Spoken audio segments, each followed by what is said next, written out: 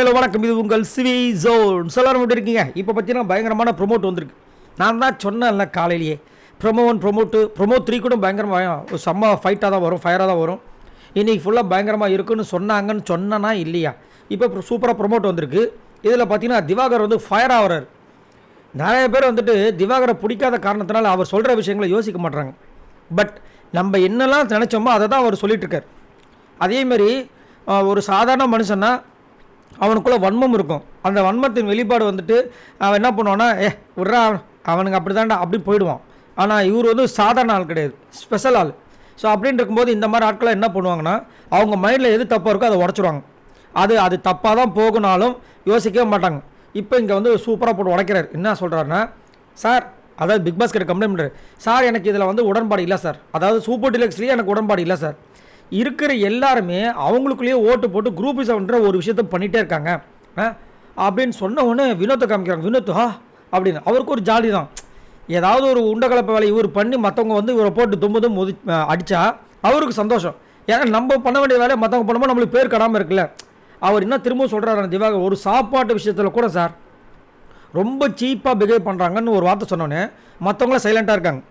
Super டிலக்ஸில் இருக்காங்க எல்லாருமே சைலண்ட்டாக தான் இருக்காங்க. சபரிக்கு கோவம் வருது. ஏன் சபரிக்கு கோவம் வருது? ஏன் கோவம் வரக்கூடாது அப்படி கேட்டிங்கன்னா, வரக்கூடாது இல்லை, வரலாம். அவர் தான் ஞான சுரூபியாச்சு. டெய்லி வந்து அந்த இந்த யோகா ஏதோ கிரியா யோகா பண்ணுறாருல்ல, அவருக்கு கோவம் வராதுல்ல. கோவம் வந்தாலும் கிடுக்கிடுக்குன்னு ஒரு ஷேக் பண்ணிவிட்டு குலுங்கிட்டு அப்போ ஒரு விஷயம் பண்ணுவார்ல. அப்போ இப்போ வந்து ஃபுல்லாக பண்ணுறது எல்லாமே நடிப்பு. இதுக்கு முன்னாடி வந்து எவ்வளோ சண்டைகள் வந்துச்சு. எனக்கு கோவமே வராது, நான் வந்து புத்தரோட மறு உருவம்னு பண்ணிட்டு இருந்தீங்க, இப்போ எதுக்கு கோவப்படுறாரு? சீப்புன்னு சொல்லாதீங்க. சாப்பாட்டில் நாங்கள் என்ன சீப் பண்ணோம்? என்ன வார்த்தை நீங்கள் பேசுகிறீங்க? சாப்பாட்டில் முதல்ல அங்கே சீட் பண்ணோம் தெரியுமா உனக்கு அப்படின்னு பேசுகிறாரு. அதுக்கப்புறமா இவர் ஓடியாந்துறாரு கேப்டன், தபுன்னு ஏதோ சண்டை கண்டை ஆகிட போகுது அப்படின்னு. நடுவில் திடீர்னு எஃப்ஜே வந்துட்டு குரூப்பிஸ்ன்னு சொல்ல, போய் பிக் பாஸ்கில் சொல்லு, நீ ஒன்றும் ஓனர் கிடையாது, உங்ககிட்ட சொல்ல வேண்டிய அவசியம் கிடையாது, நான் எங்கே சொல்லுவேன் அங்கே சொல்லி போயா அப்படின்ட்டு பயங்கரமாக மாறி செம்மையாக வந்து முட்டிக்கிறாங்க. ஆனால் ஒரு விஷயம் மட்டும் நல்ல கிளியராக தெரியுது. என்ன? குரூப்பிசம் அப்படின்ற ஒரு விஷயத்த செம்மையாக போட்டு உடைக்கிறாரு நம்ம திவாகர் அப்படின்றது சூப்பராக இருக்குது. இப்போ தான் அந்த விஷயமே வந்து சொல்கிறதுக்கு ஒரு தைரியம் வேணும். இந்த வீட்டில் வந்துட்டு இந்த நம்ம விஜய் பார்வதிக்கு அப்புறமா இந்த ராஜமாதா பண்ணுற இந்த குரூப்பிசம் அன்புகான் 2.0 உடைச்சது, முகத்திரை கிழிச்சது நம்ம திவாகர் மட்டும் மாட்டுக்கிறது கிடையாது. செம்ம மாதம் இருக்குது. அதனால தான் கோவம் உள்ளே வந்து வருது. இவர் தப்பு பண்ணலன்னா ஒரு கோவம் வராது. சபரிக்கு கோவம் வருது. இப்போ தான் அவருடைய ஃபேஸே வெளியே வருது.